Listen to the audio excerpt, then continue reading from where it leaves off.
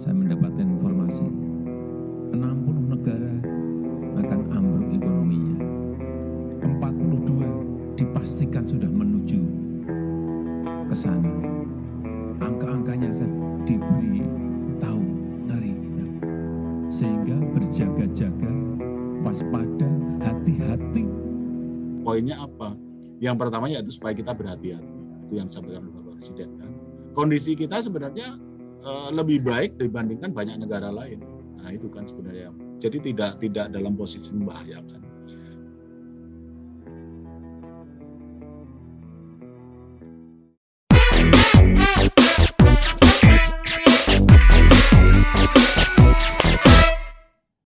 Halo, ketemu lagi di Newsmaker, obrolan hangat one on one bersama saya Alfa Mandalika. Pekan ini Presiden Joko Widodo mengungkapkan data IMF dan Bank Dunia bahwa 60 negara di dunia perekonomiannya berpotensi ambruk akibat terdampak pandemi dan perang Rusia-Ukraina. Dari daftar 60 negara tersebut, sekarang 42 negara perekonomiannya sudah menuju ambruk. Nah, negara-negara mana sajakah yang masuk daftar 60 negara yang terancam ambruk akibat pandemi dan krisis ekonomi perang Rusia-Ukraina? Kita akan membahasnya dalam Newsmaker pekan ini bersama tenaga ahli utama Kantor Staf Presiden, Bapak Edi Priyono. Selamat sore, Pak Edi. Selamat sore, Mas. Terima kasih, Pak Edi, atas waktunya. Sama-sama. Baik, kita awali dialog dengan memberi konteks diskusi kali ini nih, Pak, ke publik. Bahwa apa maksud Presiden Jokowi mengungkap data yang menurut Presiden sendiri mengerikan tentang 60 negara yang perekonomiannya terancam ambruk. Apa arti peringatan Presiden bagi Indonesia saat ini, Pak Edi?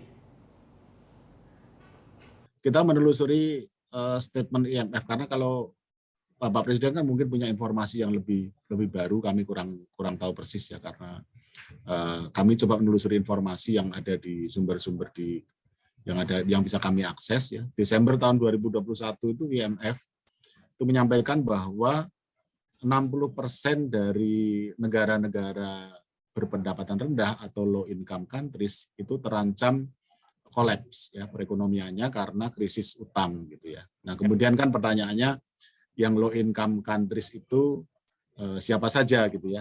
Nah, yang low income countries itu daftarnya ada 27 negara ya, 27 negara dan sebagian besar itu di Afrika.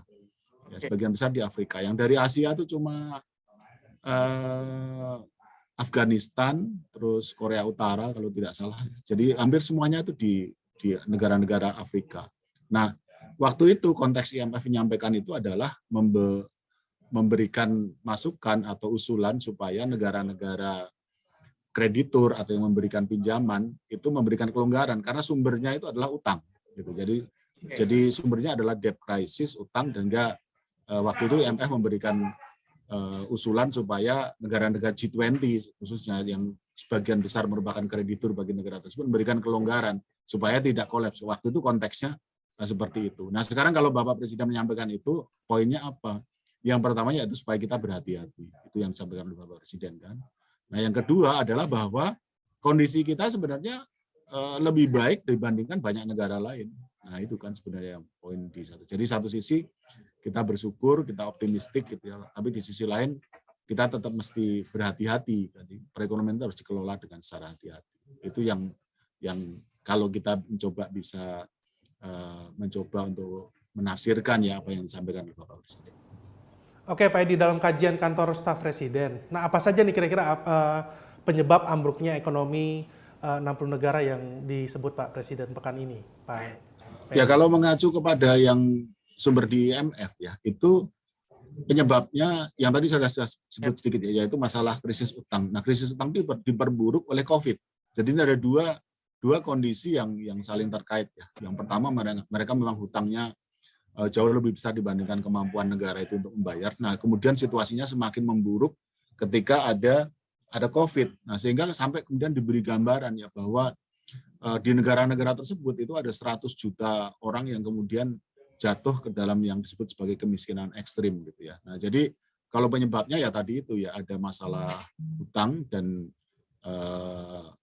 COVID ya, yang semakin memperburuk situasi. Dan saya kira situasi itu masih relevan ya sampai sekarang ya, meskipun COVID sudah jauh lebih terkendali di negara kita. Tetapi disrupsi atau perubahan di tingkat global kan masih terus terjadi ya. Kita tahu ada bahkan diperparah oleh tensi geopolitik ya, Ukraina, Rusia yang dampaknya kemana-mana ya. Jadi saya kira 3 hal itu ya, jadi utang, kemudian COVID-19 dan juga tensi geopolitik.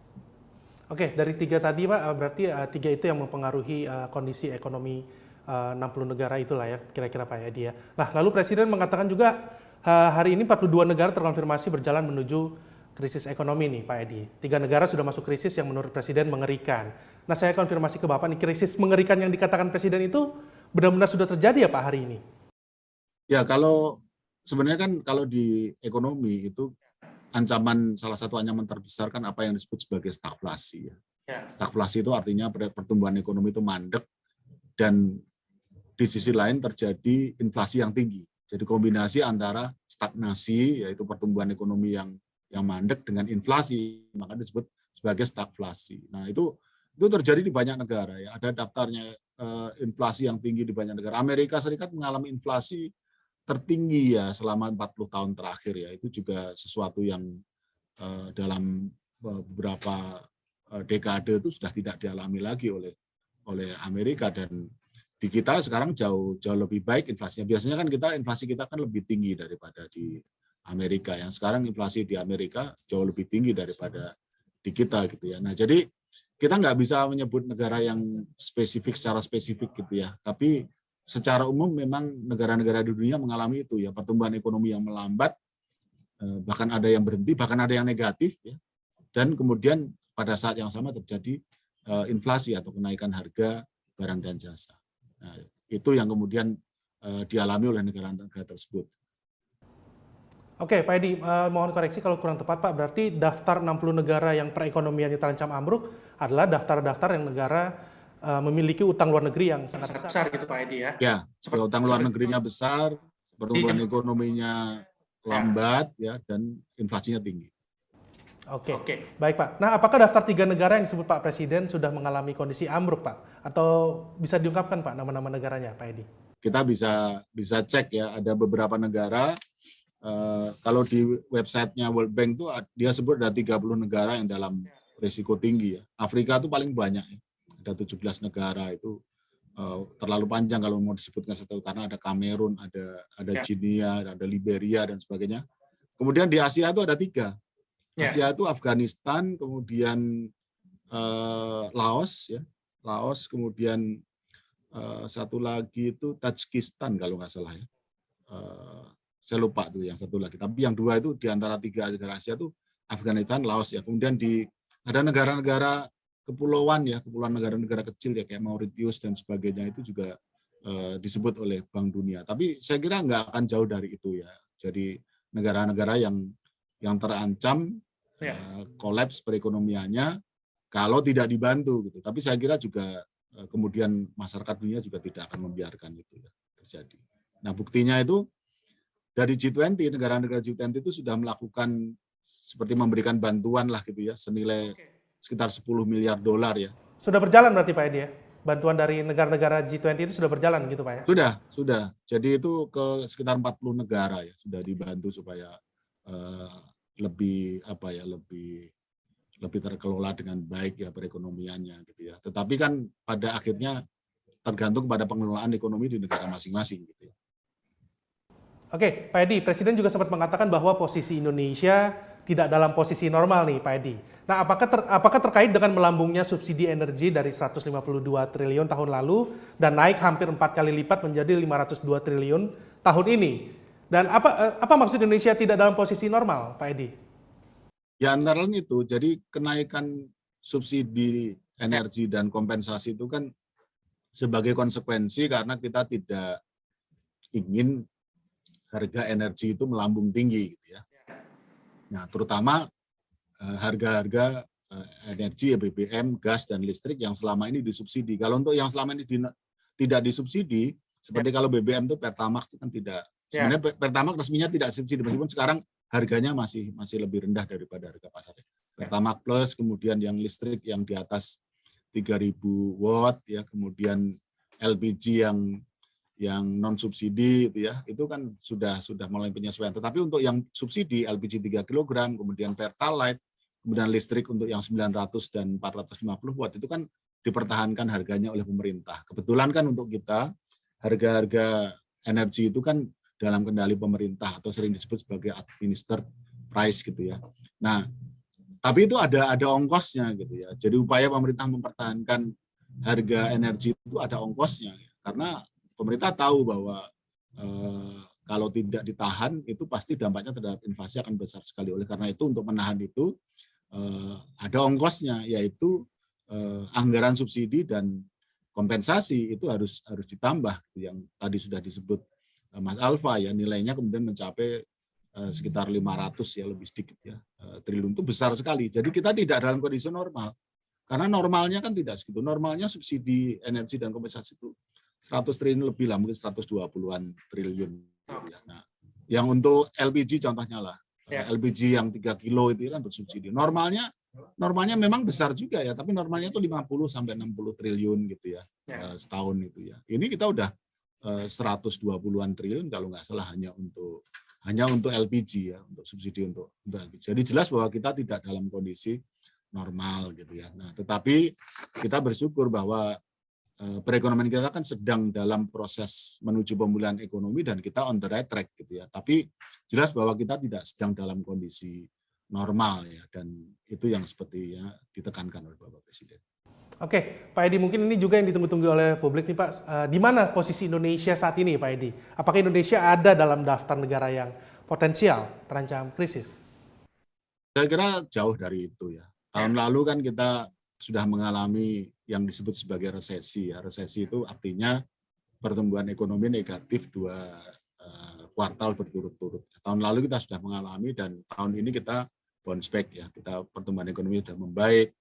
Tahun ini ya triwulan 1 itu pertumbuhan ekonomi kita 5,01%. Kemudian angka pengangguran juga sudah turun ya. Tahun lalu sekitar 6% lebih ya, 6,6% kalau nggak salah. Sekarang sudah turun jadi 5,83%, meskipun belum seperti sebelum pandemi, gitu. Tapi kita sedang dalam proses pemulihan ya. Jadi saya kira kita jauh lah dari situasi yang menyeramkan itu. Tapi sekali lagi bukan berarti kondisi kita ini nyaman-nyaman aja atau normal ya. Kita tidak normal, tapi kalau untuk sampai ke kondisi yang itu kita masih jauh.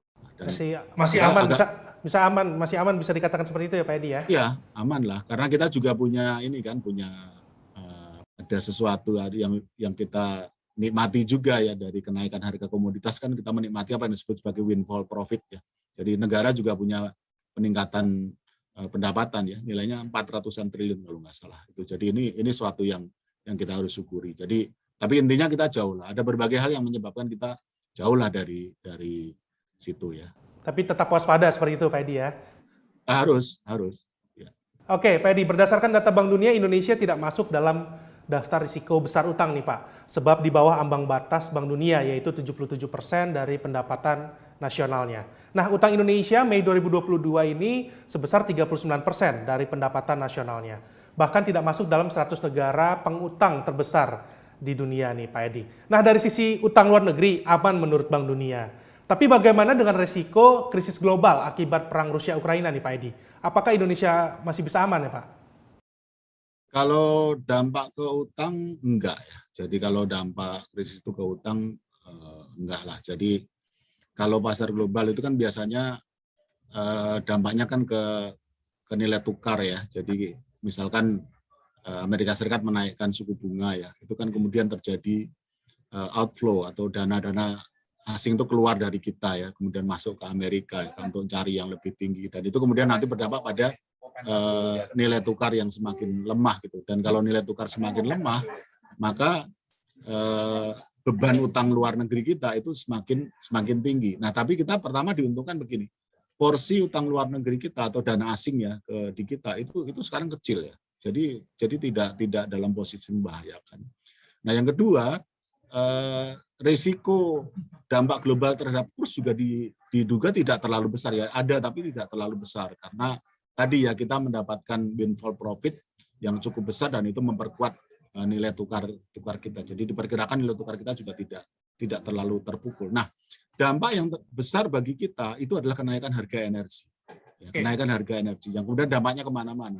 Nah, ini yang tadi kita sebutkan kan, karena APBN kita tahun 2022 itu kan disusun dengan asumsi bahwa harga minyak itu $63 per barrel gitu ya. Nah, sekarang harga minyak dunia itu udah 100 lebih ya, $120 per barrel. Bahkan ada yang menduga memperkirakan sampai 150 dan sebagainya. Nah, itu yang kemudian berimplikasi kepada sebenarnya potensi naiknya harga minyak dan gas di dalam negeri, tapi karena kita tahan, maka risiko konsekuensinya adalah nilai subsidi kita yang harus kita besarkan. Nah, itu yang tadi disebutkan bahwa ada kenaikan subsidi dan kompensasi energi yang hampir 4 kali lipat ya. Nah, itu adalah konsekuensi yang kita alami sebagai dampak dari kondisi di pasar global ya, dan juga kenaikan harga barang dan jasa, Mas. Jadi sekarang kan kita juga banyak mengimpor ya. Impor kita untuk bahan pangan itu gandum itu semuanya impor ya. Kedelai itu 80-90% impor ya. Kemudian adalah beberapa daging juga kita banyak impor ya. Nah, belum lagi barang modal ya, bahan baku untuk beberapa industri juga banyak. Jadi kita akan terkena dampak dari kenaikan harga-harga di pasar dunia. Tetapi tadi kan sudah saya sebut bahwa ada juga berkahnya, yaitu kenaikan harga komoditi itu mendatangkan windfall profit ya, kenaikan pendapatan ekstra bagi kita. Jadi saya kira dampaknya ada dan kita rasakan, tetapi sejauh ini sih dampaknya masih kita bisa kendalikan. Oke, baik Pak Edi, menghadapi risiko yang sangat besar, 60 negara perekonomiannya dalam ancaman besar. Nah, apa strategi Indonesia agar tidak terlalu terdampak, Pak Edi? Nah, yang pertama adalah menjaga daya beli. Menjaga daya beli masyarakat, khususnya masyarakat menengah ke bawah ya. Oleh karena itu program-program perlindungan sosial juga diperkuat ya. Nah, itu yang menjadi bantalan kita ya, supaya nggak terlalu sakit ketika harus jatuh gitu, terutama kelompok menengah ke bawah. Jadi perlindungan sosial, menjaga daya beli. Nah, berikutnya ya menjaga inflasi. Itu juga sisi lain dari daya beli juga kan, karena kalau harga naik terlalu besar, inflasi terlalu tinggi, maka daya beli merosot. Ini juga Presiden sudah memberikan arahan inflasi kalau bisa dijaga jangan sampai 5%. Kemudian yang berikutnya ya kegiatan ekonomi produktif ya, itu kan dari pasar kerja ya. Pasar kerja berarti perekonomian harus kembali berjalan. Nah, kita bersyukur bahwa COVID bisa kita kendalikan dengan baik paling tidak sejauh ini ya, sehingga kegiatan ekonomi itu kan kembali pulih ya. Nah, ini kalau kita di Jakarta nih bisa ngerasain bener nih kan macetnya, dan itu udah seperti kembali ke sebelum ada COVID gitu ya. Jadi saya kira 3 hal itu ya, jadi menjaga daya beli, menjaga inflasi, kemudian kegiatan ekonomi produktif diharapkan tetap berjalan, dan juga yang tidak bisa dilupakan adalah agenda jangka menengah dan jangka panjang pemerintah atau kita semua juga mesti jalan nih. Ya, hilirisasi dan sebagainya juga mesti jalan, karena kita juga harus berpikir ke depan. Saya kira itu. Oke, tapi Pak Edi, Presiden juga sempat mengungkapkan bahwa jika 60 negara dunia mengalami guncangan besar, maka menurut Presiden kita nggak ngerti apa yang harus dilakukan nih Pak. Nah, apa ini maksudnya Pak? Strategi apapun katanya menghindari resesi global, jika menimpa 60 negara maka Indonesia tidak bisa kebal. Seperti apa nih Pak Edi penjelasannya? Ya, jadi sekarang kalau kita bicara tentang dampak perekonomian global ya, itu pertanyaannya bukan kita kena atau tidak, karena pasti kena gitu ya. Nah, masalahnya atau pertanyaannya adalah seberapa besar, dan kita mengharapkan supaya dampak atau dampak negatif dari krisis global itu tidak terlalu besar. Nah, sekarang ini ada 2 yang sangat kita perhatikan, yaitu potensi untuk krisis pangan dan energi. 2 hal itu yang kemudian menjadi perhatian besar Bapak Presiden. Kalau sebelumnya kan COVID ya, jadi setiap minggu itu dulu ada rapat kabinet tentang yang bahas tentang COVID ya, khususnya PPKM ya, dimonitor setiap minggu, setiap hari ya, bahkan rapat kabinet setiap minggu. Nah, sekarang berganti ini, COVID tidak terlalu intensif lagi. Yang sekarang semakin intensif dibicarakan oleh Bapak Presiden bersama jajaran kabinet adalah masalah pangan dan energi. Nah, jadi 2 hal itu yang kita harus jaga, karena kita tidak ingin itu terkena dampak terlalu besar ya, karena kalau itu terjadi maka dampaknya kemana-mana. Nah, kemudian yang tidak bisa kita lupakan adalah kita harus menciptakan sebuah landasan yang cukup baik gitu ya, sehingga nanti kalau terjadi guncangan itu guncangannya nggak terlalu besar. Nah, salah satunya adalah kita ingin punya skema subsidi yang semakin tepat sasaran. Jadi kita dalam proses untuk supaya subsidi bantuan sosial itu semakin tepat sasaran, dan itu artinya data memegang peranan yang sangat penting ya. Nah, jadi kalau subsidi semakin tepat sasaran, maka nanti kalaupun ada terjadi apa-apa, dampaknya ke kita tidak terlalu besar. Oke, baik Pak Edi, silakan selaku atau untuk closing statement nih Pak Edi, arti pernyataan Presiden dan bagaimana masyarakat menyikapi situasi yang sedang kita hadapi. Silakan Pak Edi.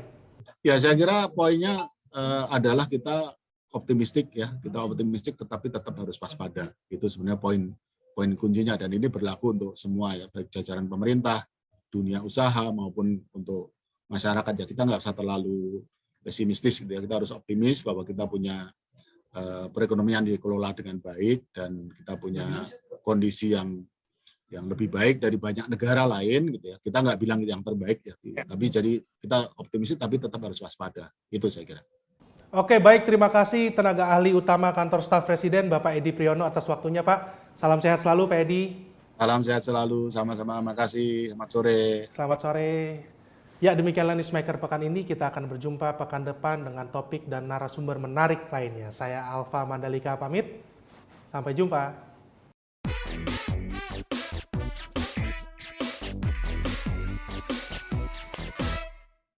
Medcom.id, a part of Media Group Network.